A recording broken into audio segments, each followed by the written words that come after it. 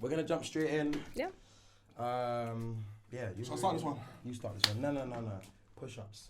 Oh man, I saw this. Yeah. Listen. We're in. Listen, what? Yeah. Like shit. We do push-ups at the start of every I never episode, signed up to man. that. I did not sign that. Come on, I know you got 5 push-ups in you, man. I know. At least Do you know what it is? I did karate, right? So Come on, And so you got that, man. I did 20 already this week, so I feel like I've done my contribution already. 20 this week. Come on, let's get a Low-key. 5. Let's get a 5. 5. You got Okay, 5. okay. Get the energy right. Yeah. Push-ups is that one, right? Yeah.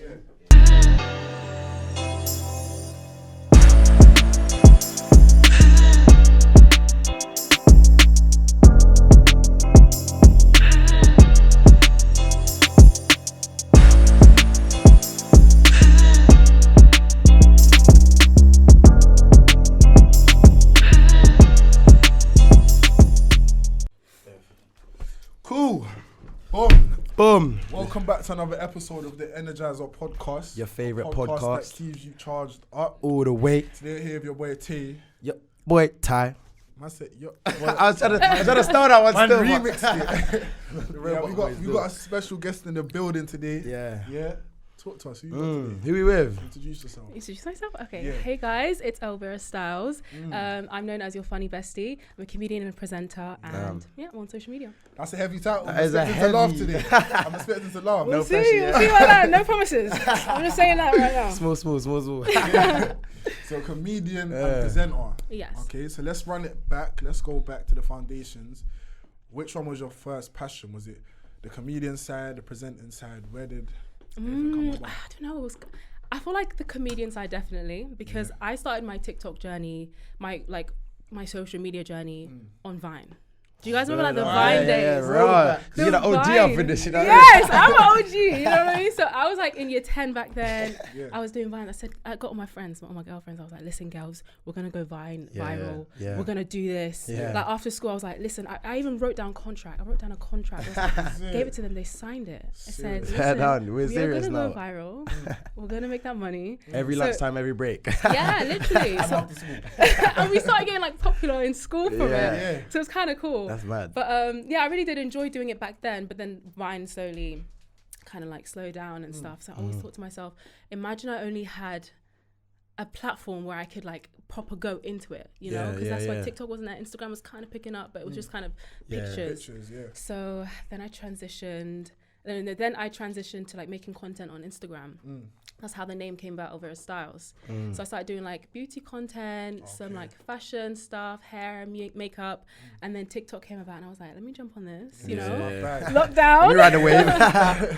Lockdown, Yeah. everyone's doing this, and then it picked up 2021, and now I'm here doing it full time. Dope. Nah, that's Dope, crazy. dope. Remember the first time that you ever ran TikTok? Yeah, this is like, I can't lie. I'm not gonna lie. We both thought we was famous. Yeah, I can't lie, I did. Like, I don't know about you, Yeah. but first time I'm seeing like ping. I'm thinking, yeah, cleared, what? like- 10,000 people that Yeah. listen, talk to me different. Now, That's you what I understand? mean. Like, it was mad. So I got a question for you. So obviously you do social media full time, and we're gonna delve into that. But is the majority? So talk to us about your content for those who don't know. So you mentioned that you do comedic content, and what else do you do? Or is it mainly is the large majority of your content just like comedy skits and stuff? Yeah, so I became popular for making my POV content. So people don't know what that is. It's like point of view. So I will be doing acting skits and like pretending to be different characters. For example, like teachers. Oh, sorry. My first viral video came about because I'm a dental nurse professionally. Okay, dope. I had my uniform at home, so I was like, let me just pretend to be a dentist. Yeah. And a lot of people were resonating with the things that I would, mock, create videos Yeah, about, like the way the dentists are. So that is how I built my platform off of creating content that's relatable, funny, but it's quick. It's like you really want to it's replay it, and it's engaging, engaging, viral, and it's like I need to watch this again, and that's how the replays are gone. Yeah. I think my most viral video has like 11 million I views. see or now. That's something. why I was laughing. Like, Elvira got this one. I was watching it yesterday. Crease still. She got this one video on TikTok, and it's on that pin, and it's of her doing like POV. It's like you're a child at the dentist or something like that. And then like in the video, she's like twerking on the seat and this magic. I can't lie, it's funny still. Like No, literally, I because need to watch it myself. even people in no, it's funny. in the dental profession, they'd be Yeah. like, oh my gosh, I saw just to all my colleagues were literally all Yeah. laughing right now. This is so funny. Because Yeah. they just be sliding around, and Yeah. everything I see on clinic, I would relate and be like, bro, this is what happened. Let me just bring it to the video. Yeah, literally. So it's just like everyday inspiration. Ooh. Wicked. Bring So it. touch on the inspiration now. Who was your inspirations in terms of this whole comedic space? We're talking, let's talk UK and then we can branch out to the US, whatever the case may be, if you have any. I would say in terms of the comedy content, because I started off Vine, I really liked, I don't know if you know the content creator Lele Pons. No. She's like a Viner. She went so huge and she's built her like comedy platform from doing that. But I think in the UK, I don't know, I think there are so many creatives, like people even in my space right now are killing it. Literally, you know Victor Kunda. Yeah. He's hilarious. There are literally so many. I think Elaine, this other lady as well. Yeah. She's hilarious. There are so many. I know Victor. I don't know about Elaine though. I'm not too sure about Elaine. She does like she'll go to like a local chicken shop and then like, do like a, I don't know, like presenting thing. She's hilarious as well. Do you know who comes to mind first? Do you remember back in the day Harry Panero's videos when he used to jump off the stairs? Yeah. Those And like Mo the comedian, them kind of, yeah. Those are the people that come to mind. Literally. So I got a question for you, yeah. So in starting that year 10, so let's say like a good 6 years ago, really, or longer maybe, and now developing to the things you're doing now, what has the transition been like from making those kind of skits just for the sake of it, and now you mentioned before that you do it full time, so what was that like kind of in the lead up? I would say because it was just so much fun back then, and now it's like it's serious. Now there's that element. So before I had my management, I've been in my management for like a year now. Everything's going so great, and it's so great to have people that I can trust to just sort out the business aspect of it, so I can focus on the creative side. But before that, I was my own manager. And that was like the whole time. And I maybe speak to my sisters and ask them for advice on, what should I say about this? How should I reply? So I inevitably gained all those managerial skills on how to communicate with brands, how to negotiate, how to do this. And I was also reading up on how to do this. So I'm also clued up so I don't get, double cross or anything like that. So naturally, it did help me. So even when I have a management now, I know like what's good, I know who to trust. But it's definitely helped me, and it's just... it's just mind-boggling to me that now I can sit and do this full time, and I'm just open for more blessings and seeing where things are going. No, I respect that, man. What do your parents think? My Because I can imagine, do you know what I mean? Like they was probably a bit skeptical. No, at the start, because it was just fun. I've always been a creative. I think my first ever passion, the job I wanted, was to be an inventor. Yeah. Okay. And that is like the most random thing, because girls growing up is like, I want to be a hairdresser, I want to do this. I was like, I want to invent things. So I'd go around the house picking up things, sticking it together. Like I loved Doctor Who, watching that as well. So I loved all these things. So naturally they saw like, Elvira's creative. She's like, if it's not video content, it's clothes. I would do like fashion, sewing, putting things together. So they were very much supportive in that, but they already knew, like I already knew I wanted to do dental nursing, still went to uni, still did that. So they were like, okay, there's a balance. So when I did it in 2021, that's when I started seeing, the traction was coming, the virality, things were happening basically. My mom was like, listen, Elvira, just keep doing it, pushing yourself. My dad was like, listen, you've got this skill in you, trust in yourself, trust in God, do what you got to do. And then there was a point last year, right, where because I've done dental nursing, my plan was always to do dental hygiene and therapy, go back and do that, because I literally love teeth. I'm obsessed with teeth so much. When I tell people, they're like, why do you? I'm like, they don't get it. They don't get it. So that was always my plan. And last September, it was a breaking point. I was actually asking them, what should I do? Should I go all in on this? Or should I go back to uni and do like half? And I'm like, listen, Elvira, just trust in yourself, and they really gave me that confidence to go all in, and I'm so glad I did, because in a year later, it's just amazing. Massive. So what do you think the importance of having supportive parents are? Because there's a lot of instances and people that's come into the podcast as well that said that their parents may not have been as supportive in doing what they're doing. Do you know what I mean? So how do you feel like that played a part in where you are today? I think it played a huge part in where I am today, because sometimes when you're young as well, you don't really trust in yourself. And when we like growing up, especially being black, we're hearing like, you need to be a doctor, you need to be a lawyer, all these like corporate things they want us to get into. So having that support and that push, like, you know what, do what you want to do, trust in yourself, we're still here to back you, but at least still have that education side, because I still can go back do dental nursing. But that was so important, and I feel smart. Like some people are lacking in that, and I really do feel for them because they don't have that support. Maybe even from friendships, they don't have that support. So it's not easy. Yeah, but I guess it's good that you've got that foundation there as well. So at least your parents can say, all right, cool, if all doesn't work, which it will work, at least you still got your Amen. You know what I'm saying? So yeah, that's dope. What is like going all in actually look like on social media content? So you do that full time, but when you was at that kind of crossroads in terms of where you've done a first segment of your uni degree, or you finished your uni degree. So it was like a short course, and then I was gonna go on to do the degree. So you done your short course, and then you're like, I'm in an hour, should I do this, should I not? And when you said to yourself, cool, I'm gonna go all in, what does that look like? Like, did you just not have any other means of income and just jump straight into it and then try to make content for 3 months before you got a brand deal, or like what does that actually look like? Do you know what I mean? Yeah, I think up until that point I was still doing like brand deals, small, but it wasn't something, and because I was living at home, it's not something I wasn't too scared, like, you know, like, oh, I need to make rent, or, you know, I'm not going to be able to eat. You can take more risks. Yeah, there was more risk. So I was like, this is now is the perfect chance for me to do that, because there's less, I don't have kids right now. I'm not paying a mortgage, I'm not paying rent. So there's like, it's the perfect timing. So going all in for me at that point was like, okay, listen, I need to set a plan. I need to set a schedule.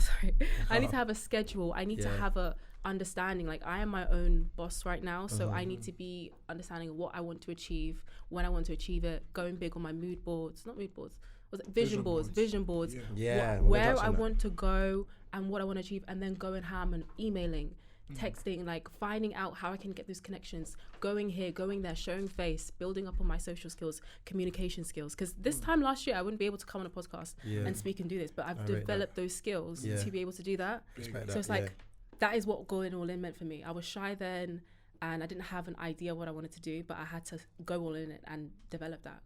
I rate that. I respect that a lot. A few things I want to touch on, like the vision board and stuff like that, but even that point you just made now about like last year you wouldn't have been able to do this. Me and Tay literally just on the episode before, and we were just kind of like touching on when we first started compared to now, we wouldn't have been able to do this, you know what I mean? And we're the ones doing it. Like when we first started doing the episode, a lot of people think like you just start and you're some mad confident guy, but I'm not speaking for bro, but for me, like we all speaking for both of us, literally like we always love like literally like we was mad still, like that's how it was for like the first 6 weeks before we started to get a little bit more confident, like no ego, just calling it how it is, and then like you said, these are skills that you develop, and as you keep going and pushing yourself outside of your comfort zone, you get comfortable being uncomfortable. So now it's not that bad. You don't mind like jumping straight in as we have done, getting in because the cameras don't even exist. You know what I mean? Like that's how you got to get to a point where it's like that. So I admire that, man. Strong. All right, then cool. So touching on vision boards, I know you said you wanted to touch on that. Yeah. Back then, so when was this? When you was putting together your vision board? A year ago, you said. I want to say I did one a year ago. I do one at the beginning of every year, like January. But I want to touch on my January 2022 one, because that's when I was like fulfilled a lot of the things I put on there. Alright, so let's talk about it. What was on that vision board, and what was you able to tick off? So the one on my I had driving on my vision board, and I'm still driving hates me. I don't know what it is, right? The theory test, I've taken a 1 year break for my mental health because I can't keep failing. It's not good for my mental. You know, it's not. So driving is a myth. We're not going to talk about that. But in terms of like the business and the social media side, in terms of that side, I put on my list. I was like, I'm going to get flown out for work. I don't know what work, because I do modeling, I do like some acting and stuff like that, and content creating, obviously. But I was like, I just put it on the board and I said, I'm going to do that. And I think in 2018, I also put on my vision board, like random stuff, like, you know, like A-levels, get this grade, back then. But I also put, I want to work with a brand. This was very early on in my content creating journey. Maybe I had like 10K on Instagram and I wasn't on TikTok. And I want to work with Got To Be. You know, Got To Be, the hairspray. So now, last year, I had a modeling opportunity, and they said, oh, do you want to apply for this? Because what happens is the agent will send you and say, like, this thing, send in your criteria, send in your tape. And I was like, I wasn't going to apply for it originally. I was like, why not? I don't know. I just was like, it's not me. I was focusing on content creating. The modeling, I was like, let me just focus on one thing. But I was like, listen, I put this on my mood board like 4 years ago. Let me just throw in a tape. What's the worst that could happen? So I put my tape in, and then they're like, okay, you know, we've just penciled you in. And imagine this job is in Argentina. So I was like, listen, I put this on mood board 4 years ago. 2 for 1. 2 for 1. Do you know what I mean? 2 for 1. So I was like, listen, what could I lose from doing it? Sent in the tape. They said, okay, Elvira, we've just booked you in. And I was like, get packed. You're going to Argentina this weekend. That's crazy. And I was like, are you kidding me? That's mad. It's insane. So I went there, did the whole thing. It was for their huge campaign they're doing now. They just released. And I was like, wow. Imagine I hadn't put that on my mood board 4 years ago, and imagine I hadn't put that on my mood board last year. Yeah. Because I think what happens with vision boards is people think it's like, oh, it's just, you know, it doesn't work, it's not real. But what it does for me personally, it kind of fixates me on my goal. Yeah. So if I hadn't put it there, I wouldn't have thought, oh, I put that there that many years ago. So let me just try and let me see what could happen from it.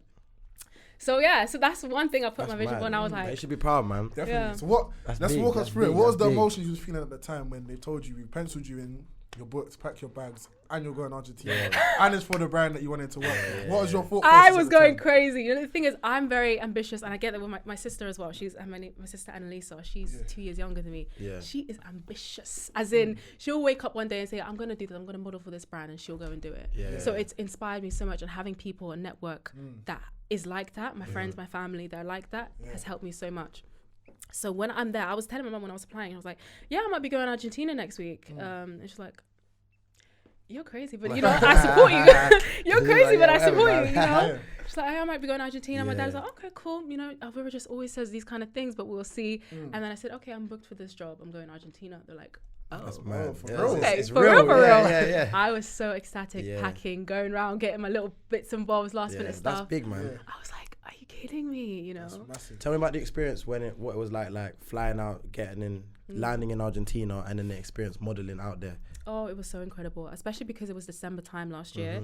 It was so hot. So it was recent. Yeah, it was recent. It was December time last year, and it was summertime. So I was showing all my friends when it was snowing here. I was enjoying the sun, packing summer clothes. I said, "Listen, God is good. God is great. God is good." But it was just such an amazing experience. Even being on there with the team, everyone was so lovely, so nice. Oh, so good. Sorry to interrupt, bro. So how long was you there for, and what did your schedule look like when you was there? So was it 4 days, 2 of them you was shooting, 2 days you was to yourself, or like, what was that like? So I was there for a week, and a lot of the times they give you they book a lot of extra days to keep people there just in case they need, just in case basically. So first day was just like travel day, everyone was getting in. Second day was, I believe, fittings. Because they were doing 2 campaigns at the same time, my filming day was only 1 day. So I had fittings, I think fittings for 2 days, filming day for 1 day. So I was working pretty much for 3 days. Yeah. And then the rest of the week I was just like wandering around, exploring. I was even getting content there as well. Yeah, so I was trying to put in two for one, leveraging of the opportunity. Yeah. And just like, I've got a YouTube vlog I'm trying to edit and film and finish and like upload for it. But I was just, I was still just blown away. Like, I'm actually in this country right now. Last week I was in England, just joking around, applying for this. Massive. That's big. Massive. Well done. So question for you now, we've seen the power of vision boards now. I hope you're still doing your vision boards now. What's on the board now? Like, what's the big goal in the next, let's say, 5 years that you're aiming for? That you're so in going 5 to years' achieve. Time, you can double back, have another conversation. We can say you've achieved it. Do you know what? I really want to take the comedy thing seriously, and I want to do stand-up. Oh, that would be dope. When you do that, let me know. I'm there. If you do that skit again, with that thing, I'll be there. That was funny. Oh gosh, I'll be there. Stand-up comedy is not easy. I've seen some tough crowds. Like, imagine, bro, going on the stage. I don't think I could do that. And there's like 100 people there, 150 people. Yeah. And you tell a joke. And everyone just looks at each other. No. Because I feel like I got, in front of the man, them, like my friends and that, I feel like I got jokes. But when there's an audience and I'm like, nah. Just imagine they don't laugh. Like, I think us not laughing at the fact they don't laugh. You know what I mean? That's crazy. It's tough. It really is tough. I did the first kind of like stand-up I did was recently at my niece's christening. And I feel like when you go to being at stand-up comedy show is easier because people are there to laugh. So regardless if you're funny or not, people are going to laugh. They have the intention to laugh. Do you know what I mean? So they've paid money to go laugh, so they're going to laugh anyways. But if they're going to a christening, they're there to enjoy the christening. They're not necessarily there to laugh. So when I was doing my thing, I was like, this is a tough crowd. You know what I mean? I had to hurry, speed up my set and just keep it pushing. But I think definitely in the future, I'd want to do a stand-up comedy. Something, whether it's a big show, a small show, I'm trying to do at least like a pub site, you know, do like a local thing. That's what I want to achieve. But maybe in the next 5 years, like have a, like not headline and anything. No, we'll headline. Headline. I'll put that out there. Talk it. So let me hit you with this now. I admire the things that you're doing and the stuff you're saying. You seem very confident. Do you know what I mean? So what is one piece of advice that you would give to other young women looking to kind of just come outside the comfort zone? Even the fact that like you reached out to us, that's bold. You know what I mean? Normally we're doing an outreach, but like you was like, listen, I want to come on or like you came in today on your own. You didn't have to do that. You're saying how you went on doing stand-up comedy at christening for a family event, etc. These are all very like confident acts. You know what I mean? So where did this all come from, and how did you get to this point? I think there's just so much juxtaposition in the way I act today versus like how I was before. Because in school back in the day, I was so shy.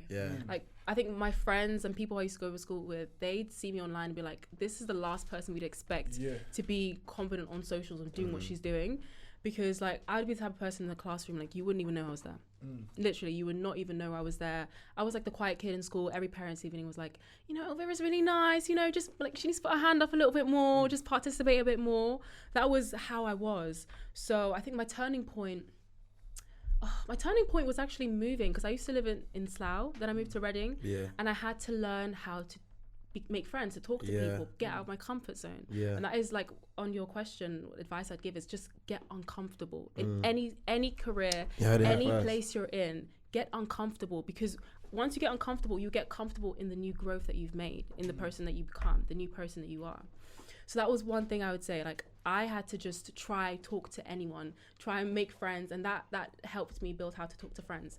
And then in the sense of me learning how to network is different. So recently what I've done is I will go to networking events of topics I don't know at all. So I recently went to one, not recent, maybe like 2 months ago, of like a property networking event. I just go there, shake hands, talk to people.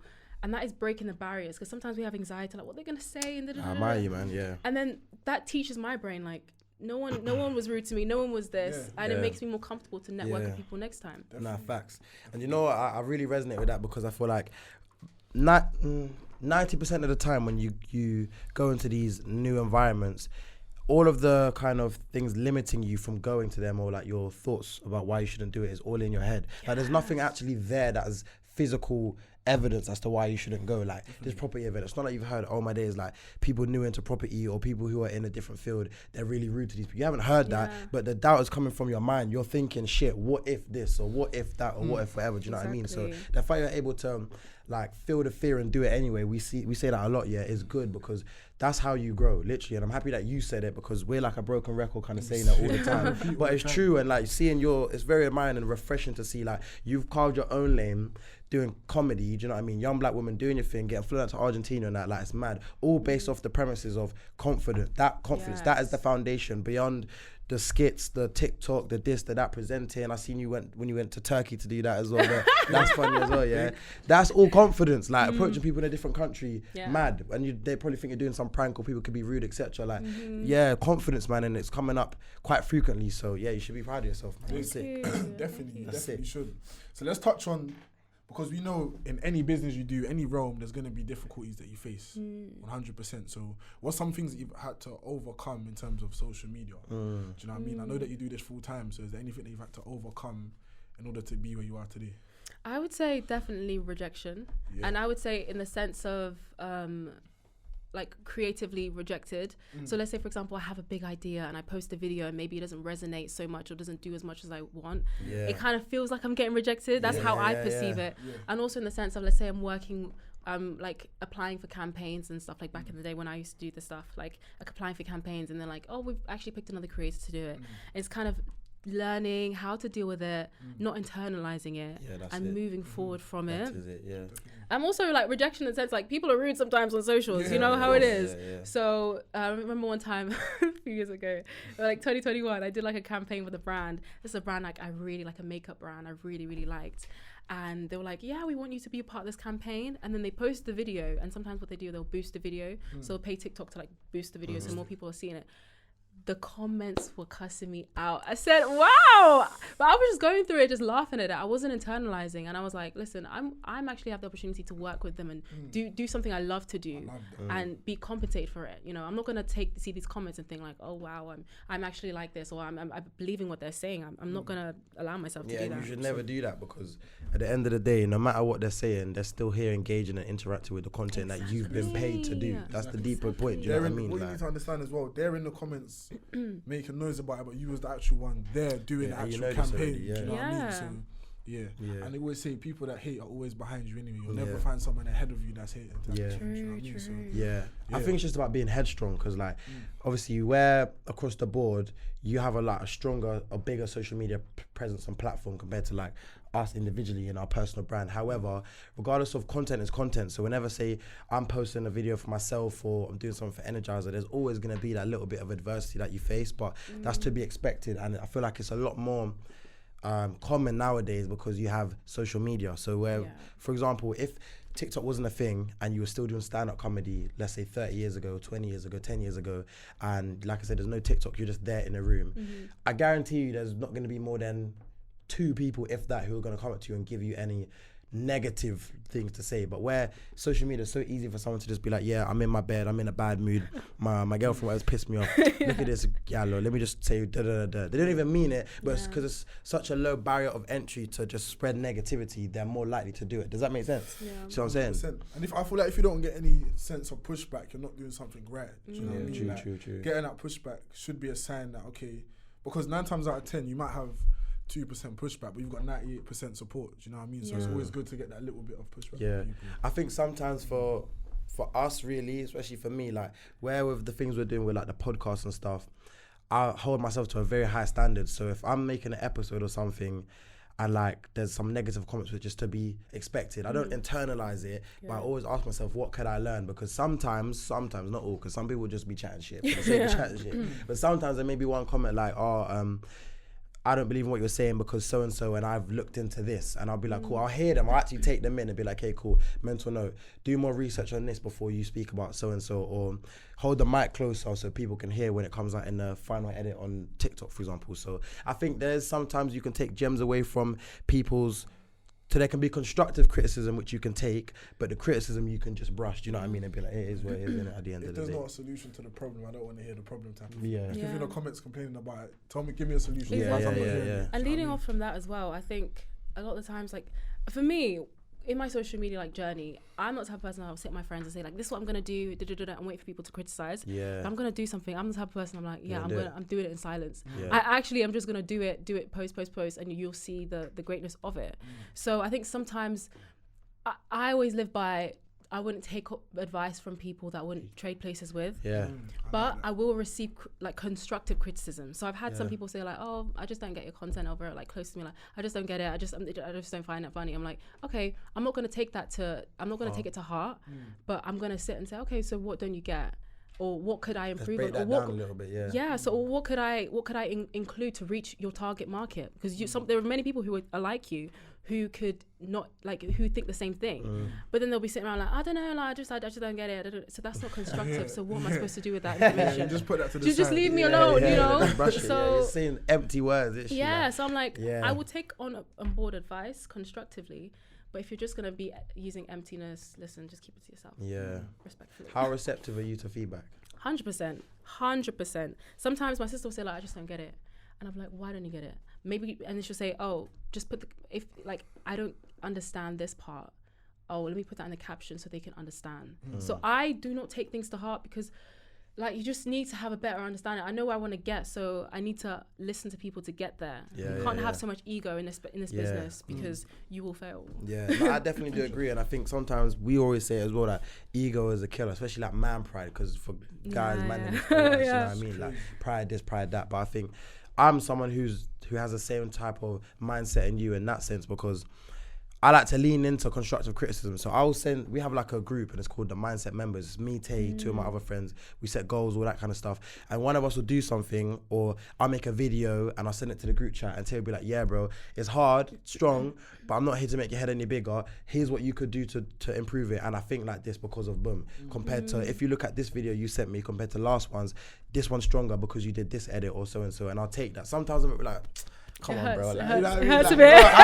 I had a long day, bro. You know what I mean? Leave me. You know what I'm saying? But at the end of the day, I know that it's coming from a place of he just wants to help me and see me win. 100%. So if him giving me something to improve on and I take that and receive that as negativity, oh, fuck, he's being a waste, I'm not going to go anywhere. I'm not going to grow or get better. Exactly. Do you know what I mean? And that's why it's important not to have too many, no yes man around you. Do you understand what I mean? Yeah. Because it would be very easy for me in that scenario that you you just put out there for me to just say, yeah, bro, sick video, I like it, it's hard, post it up. Do you know, that'll be very easy for me to do. Do you know what I mean? And I feel like there's a lot of people at the moment that's putting out things that they might think is amazing, but it's because their friendship group have said it's amazing, and really there's space to improve. Yeah, you know what I mean? yeah, like you know them, you know them guys, Rappers. people who like them rappers, and them people like, yeah, bro, hard. It's not hard. Yeah, see, I'll be the first one to say, It's bro, soft.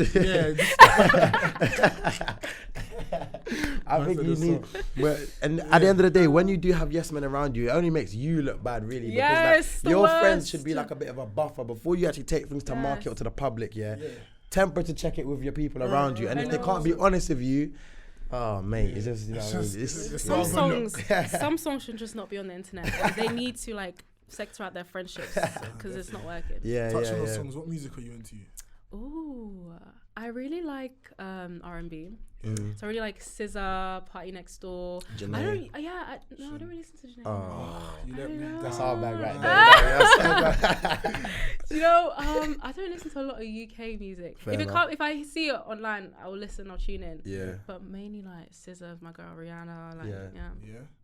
Okay, then I hear you. What, has any new tunes you've heard recently? Put me on the spot. For myself. I'm gonna have to go through the Spotify playlist though. Sure.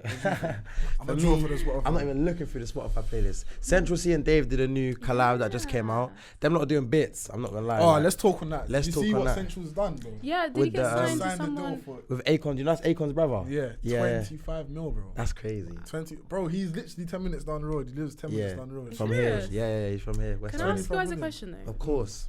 In comparison to like artists such as I don't know, like do you know back in the day, you know 20 like 15, 16. Yeah. Artists like Notes and like One Ace and Hardy One Caprio. Ace and all those. What makes them different? Or what makes Central C different to them? And why has he had this platform to be able to sign those kind of contracts? Why do you guys think that? I think it's the marketing behind it. I always say marketing. Before you're a musician, you're a marketer. Before you're a clothing brand owner, you're a marketer type of thing. Do you know what I mean? I feel like marketing comes first. I feel like Central C and his manager has just done a sick job at positioning Central C, the brand, and marketing it. That's the main reason. Yeah, I think that's a good question. I think part of Central C's success can probably be attributed to the kind of vibe that he has and the way that, like you said, it's marketing and the way that it's so like, what's the word I'm looking for? It's received well by different markets. So he's like a typical London boy, grimy kind of, he has that kind of image or persona. Yeah. But not too much to the point where he's some heavy drill guy, ching ching chang man down, all that kind of stuff. But just enough where it's able to be like, yeah, okay, cool, that can now be mainstream. Does that make sense? So I feel like he's kind of in that sweet spot. I also think it's a case in, like when it comes to marketing, associating your brand with other brands that are already reputable. Do you know what I mean? So like how Central C, when you think of Central C, what are you going to think of? You're going to think of Cortez or Trap. He's got Trapstar tattooed on his body type of thing. And where Trapstar was creating waves in the UK at the time, they're associated together naturally. It just builds up the buzz even more. So I feel like it's your association as well. That is true. Yeah. What do you think? I think as well, I think the time that we're in is different. He obviously uses TikTok. Well, not uses, but TikTok has helped. Yeah, no, it does use it. It leverages it. To his advantage. Yeah, so I think if those artists had a platform back then, if TikTok or I don't know, it could have been different for them, you know. Yeah. But they've done really well. Yeah. It's mad. It's mad to think that now, like you can. Well, you're literally living proof of that. Like you can make a full-time living from social media. I was gonna say like TikTok and stuff. Like that is crazy. So again, touching on your parents, because I would like to know like the mind frame that your parents had, and it's good to see or to hear that you said at the start they were supportive and stuff. But like, did they understand when you were saying, okay, mum, I'm making a TikTok for a brand. They're paying me X amount, and it's gonna have a benchmark of me getting 30,000 views in 6 days. Did they comprehend that? Like, what was that like? No, I think they support, but like at the start they were like, "What are you doing? what are you doing? This brand wants to send you this stuff. Are you paying for this? No, I'm not paying for this stuff." Like, did you steal the stuff? Yeah, do you know what I mean? Like, I'm getting all this stuff sent in. Why is she buying all the things? No, I'm not buying it. They're just kindly sending it. But they didn't understand it. To be honest, I didn't really understand it as well. I had to like when things happen more and more, you get to understand the process. But they were just like, "What is she doing?" Even now, when I explain it to like aunties or like when I go out and like parties, African parties, they don't get it, but they get it. It's a new age. It's a new thing. more people are becoming aware of it, and like there's a whole like the whole term influencer is so demonized now. Yeah. But I think if you are what you are, take it, own it, stand on it. What? That's what you are. Would you call yourself an influencer? I would say I'm a content creator just because the content I create is like comedy content. Yeah. I would associate like influence. I mean, yeah, because you influence. Yeah. Sometimes when you have a platform, you have an influence over people, you know. But yeah, they were just a bit like, we can't comprehend what is happening, but do your thing. Literally, like even sometimes when I explain to like an auntie or like my granddad, like my granddad's I'm Caribbean, I'll be like, granddad, we're gonna be like, oh Ty, how's your day today? Yeah, granddad, just filmed an episode for my podcast. What is that? He'll be like, yeah man, you did this video kind of thing and I know, granddad, like I'm a podcast, it's a video podcast. But you know what? I feel like when it comes to parents, grandparents, it's more of a thing where you just have to show them. There's only so much that you can say. Like, you just have to show them the fruits of your labor. Do you know what I mean? Honestly. I think it's just a case like that. It is, man. But like you said, like this is the new age we're in. Do you know what I mean? Like social media, content creators, Gen Z, like doing their thing. Like we literally had an episode before talking about why you should break the rules and break the mold. So that 100%. Traditional kind of journey, or even if it's in your career that your parents think you should take, they're trying to put that onto you where they don't understand that you can be making TikToks from your room and be getting paid, or you can just be doing like a haul or a POV Argentina, boom. Do you know what I mean? Like, so it's crazy. I'm taking the conversation somewhere completely different, but because you touched on like the new age we're moving in, it just came to my mind. How do you feel like AI, artificial intelligence, can help your journey in content creating? That's a random question. No, that's a good question. I think because I literally have like 900 videos on my TikTok page. I've done over like 500 POVs. So the creativity, I'm all out. Sometimes I'm all out creative juice. I don't know what to do. I ask them, I'm like, give me an idea. Just give me an idea. Something help me out. But I think definitely the creative aspect, giving me an idea, helping. Sometimes with brands, working with brands, you need to like have a caption, and it needs to be like cater to your audience, but like cater to the brand, to like, you know, spreading the information of the brand, but also catering to the audience. So sometimes I'll sit for an hour, I don't know what to type, but so that kind of aspect.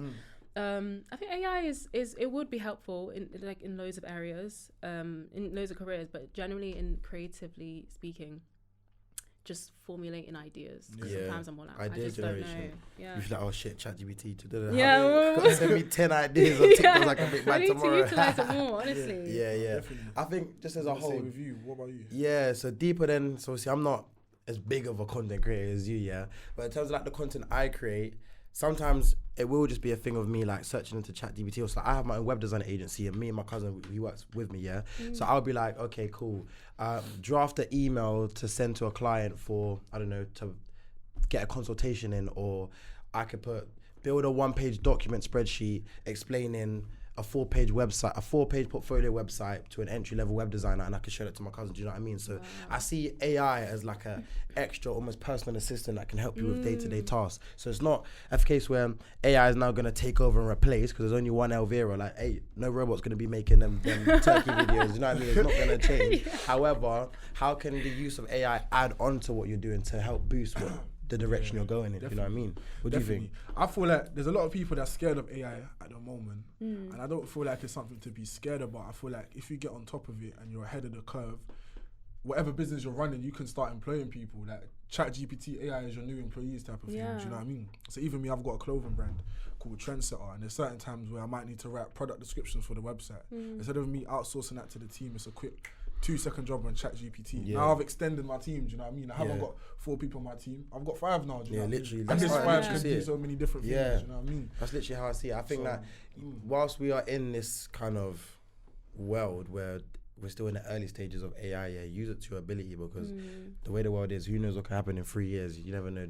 You could be walking into KFC and be speaking to computers, put it that way. That's what the future could look like. Even when you go into shops now, a lot of them, like the cashiers, they're being replaced by the ones you do yourself.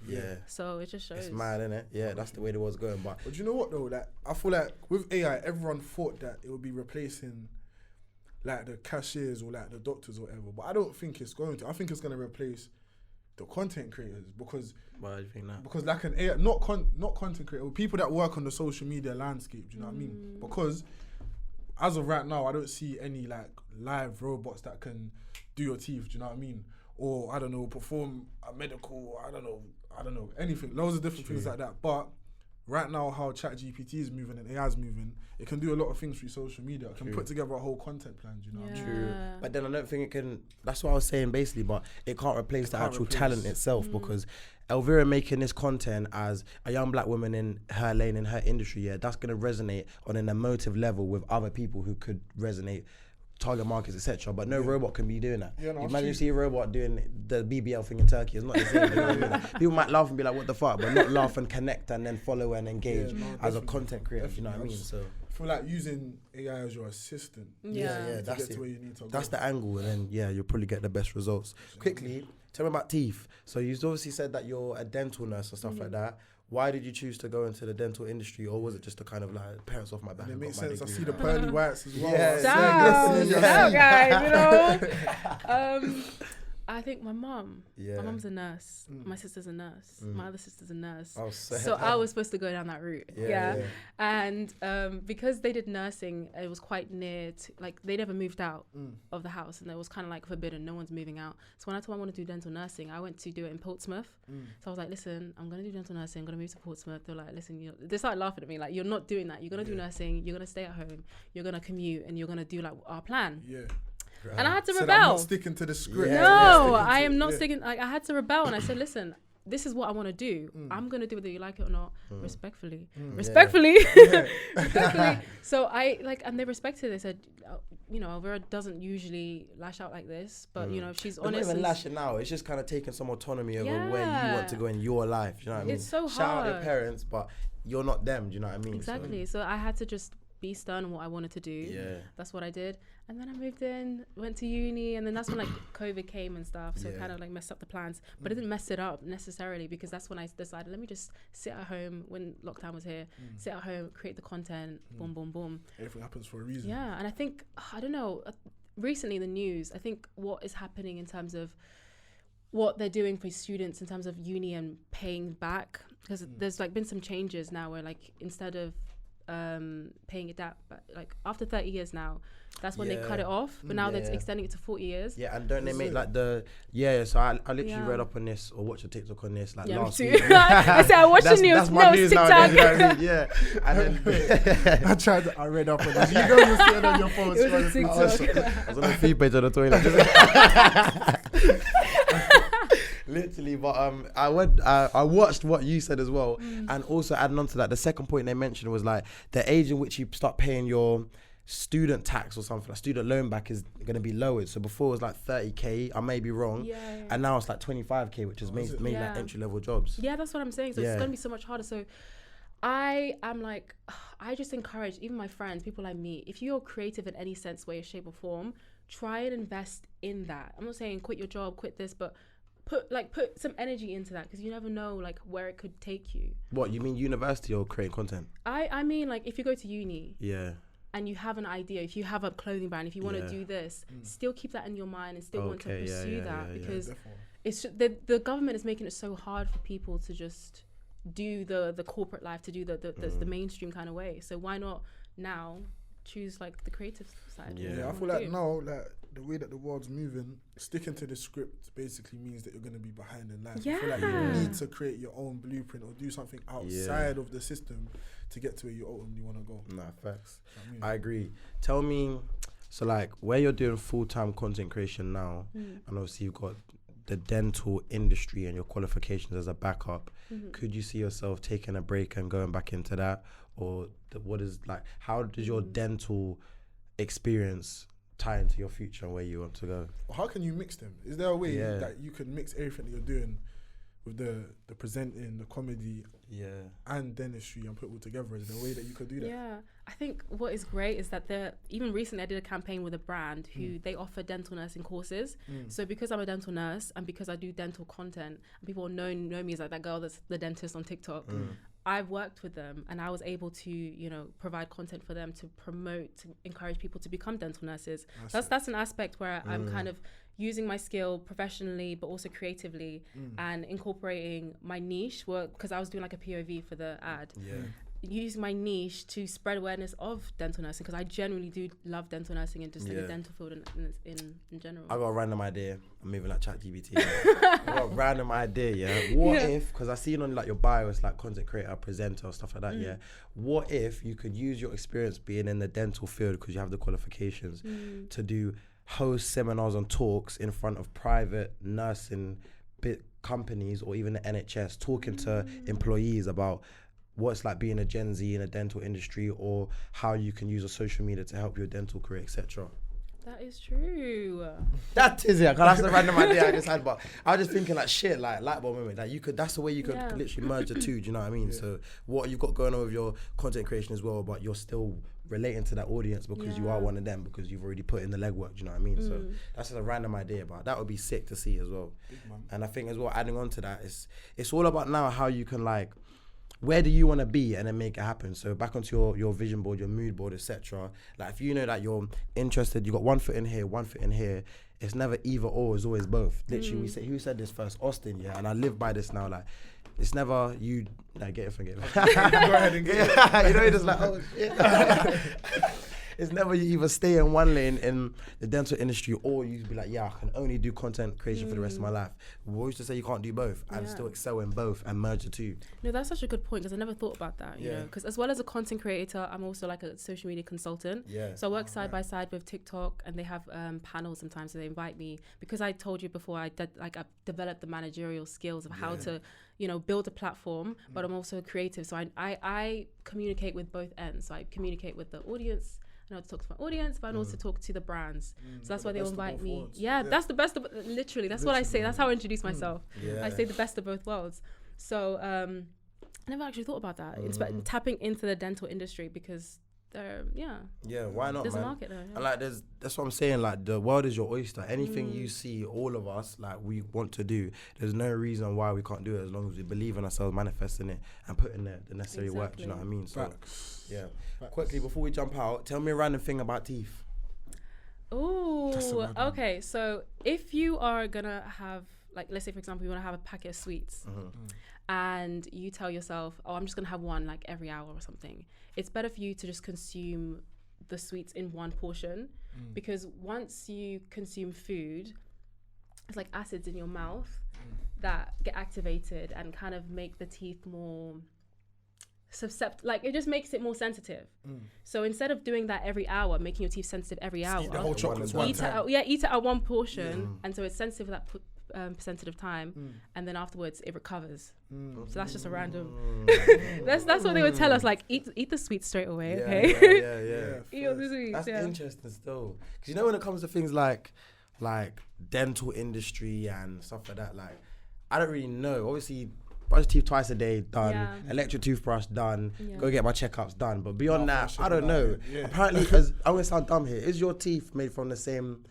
Is it made from bone? Am I being dumb? Yeah. I don't know. I mean, I guess so. I hope so. That's what I heard. Still, that your teeth are made from the. Made from. Dave's thinking, what the fuck is this guy talking about? Alright, that is funny. That is funny. But that's I hate going to the dentist, man. Why? Really? Why? You have to go there. Cause I've got real life trauma from the dentist. Like, I'm telling you, it's not even a joke. Like, pain. I don't like toothaches. Like, that's the worst type of pain there is. Yeah, it is. That's the you worst. Can't knock it off. That's why I like making the content, because sometimes people message me and they're like, oh my gosh, like you're helping me with my trauma from my dental things. Bro. It's I remember when I was younger, I think I was probably like 7, maybe like 6, 7. I can't remember, I was young though. I went to the hospital and I was meant to take out like a tooth, and I left with 4 teeth out of my mouth. But they put me to sleep, and I'm going to sleep thinking, yeah, it's just one. You wake up. I woke up, there was 4 teeth. I said, no, that's bad. That's bad. I told you. Yeah, I'm finished. You know you got to chew my side of the mouth. That is so crazy. Therefore. But yeah, man. On the way out, what we usually do, we leave a gem for the people that they can take and just put into their life, implement into their life right now. So if you could leave them a gem, what would it be? I would say consistency and uncomfortability will take you to your future, your goals, and wherever you're supposed to be. So yeah. I rate that. I don't think you can top that one personally. Shit. Put me on the spot. What would I say? Brush your teeth. That's Yes. my case. End on Twice that. a day. Said by the Twice a dentist, you know what I day. mean? Brush your damn teeth. That's what I was saying still. You're funny still. What'd I say? What would my gem be? I'd say just trust yourself, man. Just trust yourself. There's gonna be certain points where people don't trust you based off the moves that you're doing. But I'd say just have complete trust in yourself. And really and truly, if you look back at your track record, you've got through 100% of the things that you thought you couldn't. Yes. Do you know what I mean? So you got 100% track record. So I'd say, yeah, just trust in yourself, man, and know that you're that guy, you're that girl type of thing. Do you know what I mean? That's my gem still. Nah, facts, man. But yeah, Vera, thanks so much for coming on, man. Thank you for Appreciate it. having Episode me. out soon. Subscribe, like, share, all of that stuff. Yes. Yeah, man. We're out. Yeah. Yeah.